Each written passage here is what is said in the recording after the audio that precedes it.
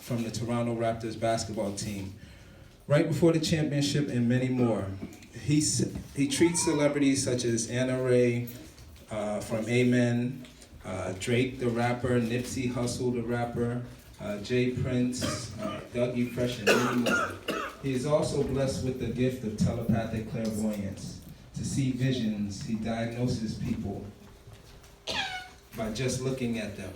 Dr. Kang was inspired by his personal healing experience and knowledge he gained by studying African or Ayurvedic, Chinese, and other worldly medicines abroad. He began his sharing his natural herbal compounds and others, which gave birth to Dr. Kang's Grandpa's Lost Secrets to Immortality. Dr. Kang is in the Mensa Society, which is top 1% of the world's smartest intellects, an inventor, a master formulator. He has 2,144 natural remedies.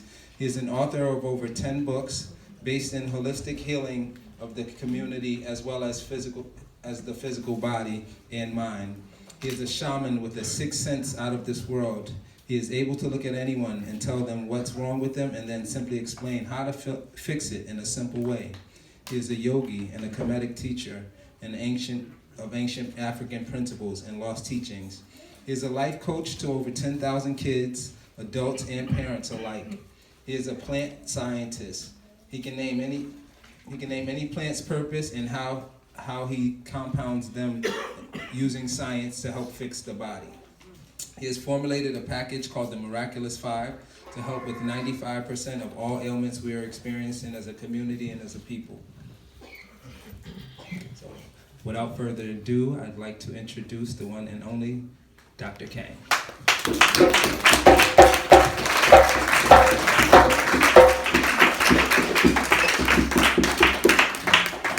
Wow, thank you, Pastor. It's always a privilege to be in the midst of my people, and my country people. I salute you all, as the Africans would say.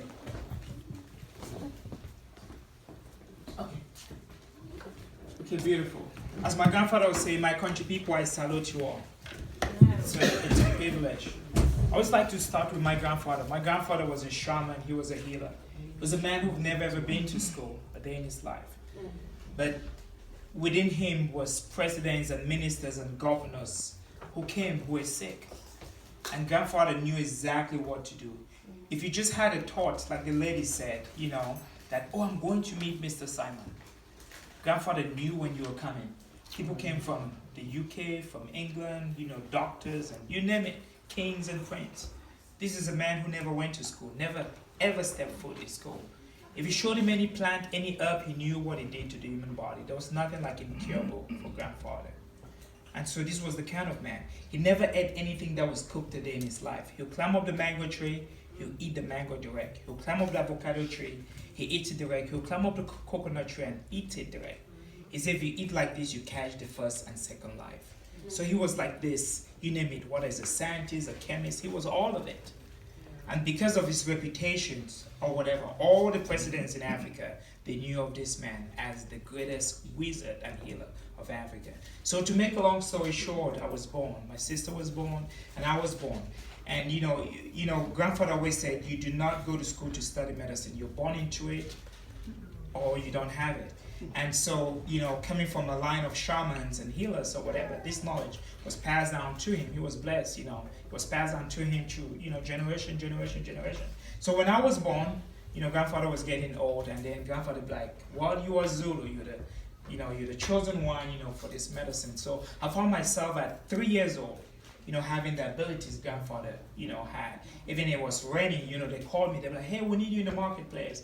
And my uncles will hold my hand, I'll put it up, and the rain will literally stop. Anyone who's seen any of this, some of it is actually on YouTube. So I grew up having lions and tigers as pets, When the animals were sick, I knew exactly what it did to the human body.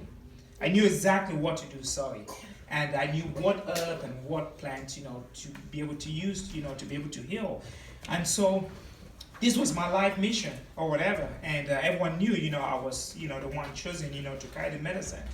And at some point or whatever, I was trying to fight it. And so I always tell people I didn't choose this path, the ancestors, my great-great-grandparents, my grandmothers or whatever. This is their life was.